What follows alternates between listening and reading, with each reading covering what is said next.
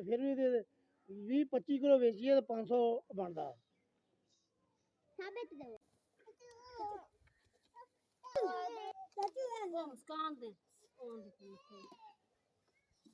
ਨਹੀਂ ਸੱਤੇ ਦੇ ਅੱਤੇ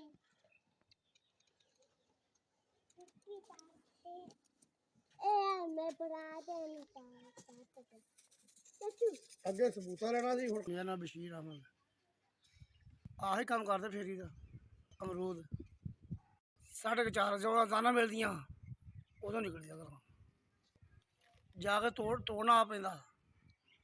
ਤੋੜਦੇ 8 ਵੱਜ ਜਾਂਦੇ। ਅੱਛਾ, ਵਾਪਸੀ ਸ਼ਾਮ ਨੂੰ ਮਗਰ ਟਾਈਮ 15 ਕਿਲੋ ਹੈਂ 500 ਦੇ। ਫਿਰ 800-900 ਰੁਪਇਆ ਹੁੰਦੀ ਹੈ। 400 450 ਬੱਚੇ ਪੜ੍ਹਦੇ।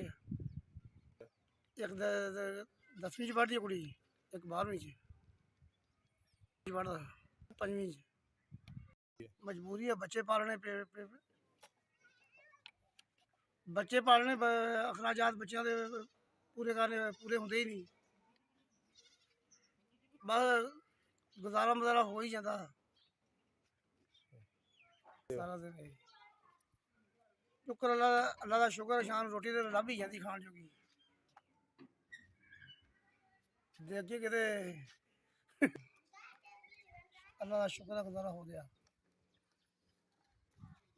4000 ਅੱਲਾ ਮੀਆਂ ਨੂੰ ਜੰਨਤ ਜਗ੍ਹਾ ਦੇਵੇ, ਅੱਲਾ ਮੀਆਂ ਉਹਦਾ ਭਲਾ ਕਰੇ, ਉਹਦੇ ਤੰਦਰੁਸਤੀ ਦੇਵੇ, ਸਿਹਤ ਦੇਵੇ, ਉਹਦੇ ਮਾਈ ਬਾਪ ਨੂੰ ਜੰਨਤ ਜਗ੍ਹਾ ਦੇਵੇ।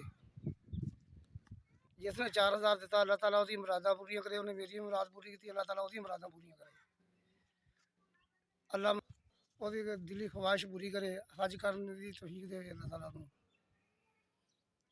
SVS ਨੇ 4000 ਰੁਪਇਆ ਪਹੁੰਚਾਇਆ, ਇਹਨਾਂ ਦਾ ਵੀ ਸ਼ੁਕਰੀਆ।